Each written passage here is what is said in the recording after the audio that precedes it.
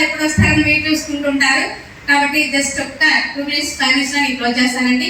ఎందుకంటే మన ముందు మహానుభావులు మనందరినీ తయారు చేసిన Venkatesh sir, Srinivas sir and MS sir గారు, ఓకేనా, మన ముగ్గురికి చాలా చాలా కృతజ్ఞతలు మనందరం చెల్లించాలి.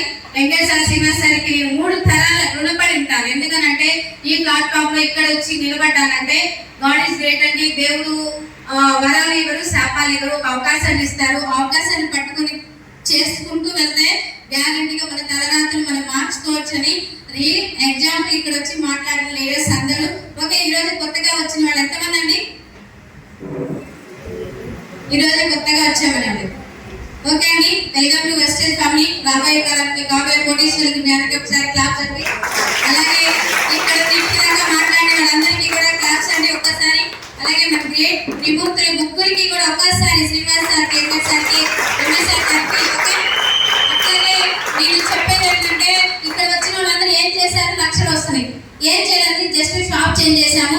బయట వాడే ప్రొడక్ట్ ఏదో ఇక్కడ యూజ్ చేసుకొని ఇక్కడ వాడి ప్రొడక్ట్ బయట వాడితే జబ్బులు వస్తున్నాయి. మళ్ళీ డబ్బులు ఇచ్చి హాస్పిటల్కి వెళ్ళి వదిలించుకోవడానికి మన డబ్బులు అనుకుని ఇక్కడ వెస్టేజ్ లో ఎంతమందికి ఆరోగ్యం కావాలి? అందరికి. ఎంతమందికి ఆరోగ్యం కావాలి? అందరికి. ఎవరు చేయనివ్వకండి. అందరికి కాదు, కొంతమంది చేయాలి. హ్యాండ్ రైస్ అవ్వట్లా.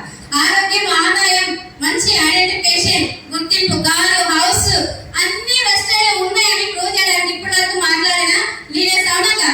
అందులో నేను కూడా అండి ఇక్కడ వచ్చి ఇక్కడ మాట్లాడడానికి సార్ ఇప్పుడు చెప్పారు పిలవలేదు ఇంటికి. ఎందుకంటే మా ఇల్లు చూస్తే ఎగతాలు చేస్తారు. చిన్న ఒక గది, అది కూడా పక్కన రేకుల సెట్ లో పక్కన గేదెలు కట్టేసి ఉంటే మేడం ఇంటి ఇంట్లో ఉంటుంది అంటారని. ఇంటికి ఉంటుందా? ఎవరైనా పిలవాలంటే మన ఇల్లు బాగుండాలి, పిలిస్తే వాళ్ళు మాడపిల్లి బాగుంది అనుకోవాలి అనిపించిందా? ఎవరైనా పిలిస్తే ఇల్లు బాగోకపోతే ఏమనిపిస్తుంది? మేడం ఇలా ఉంటుంది అని చెప్పేసి.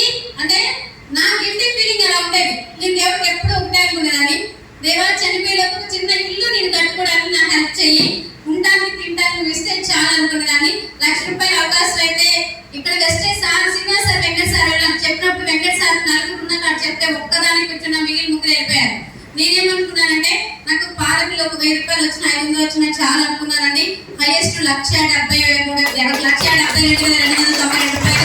అలాగే ఇప్పుడు నేను గోరెంట్లో ₹900 రెంట్ కట్టలేని నేను, 2 పిల్లలు పెట్టుకొని చనిపోదామని డిసైడ్ అయిన నేను, గాడ్ గిఫ్ట్ వెస్టేజ్ వచ్చినాక ₹1,00,00,000 గోరెంట్లో నా హౌస్ అని ఫస్ట్ హౌస్ నేనే. ఓకేనా? ఎందుకంటే హ్యాపీగా నా బిడ్డలు నేను పోయినా కదా గుండెల్లో చేసుకొని బతుకుతారు. 3 జనరేషన్ ఇంకా ఉంది. నా బిడ్డకి శ్రావణికి ₹10,000 ఎప్పుడన్నా ఒక ఫీజు అడిగితే కట్టలేని పరిస్థితి.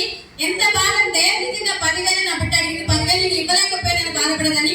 ఇప్పుడు 6,15,000 అయ్యాయండి. నేను లెక్క చూస్తే మొత్తం గిఫ్ట్ గా ఇచ్చాను నా అల్లుడికి, నా కూతురికి. మళ్ళీ రూపాయి కూడా నేను అడగనే ఉన్నాకే మా అల్లుడు ఓకే చేస్తాను అనమాట.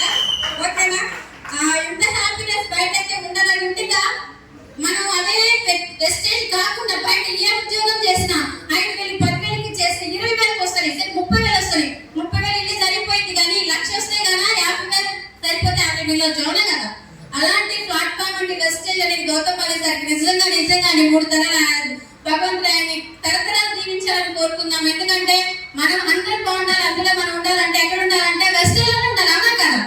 ఇక్కడ చూసుకుంటే ఒక్కళ్ళు బాగుంటే ఒక్కళ్ళు బాగోలేదు అని చెప్పేసి నిజమే, కానీ ఇక్కడ కింద డెవలప్ చేస్తేనే మనం డెవలప్ ఉంటుంది. నిజంగా అలాంటి మంచి ప్లాట్ఫామ్ అండి. ఇప్పుడు ఇక్కడ ఇంతమంది టీమ్ కి సార్ చెప్పారు జయజమని, అవునా? అంటే అనాథలోనే ఫస్ట్ నేను ఉన్నా అనమాట. వెస్టేజ్ స్టార్టింగ్ లో నేను వచ్చినప్పుడు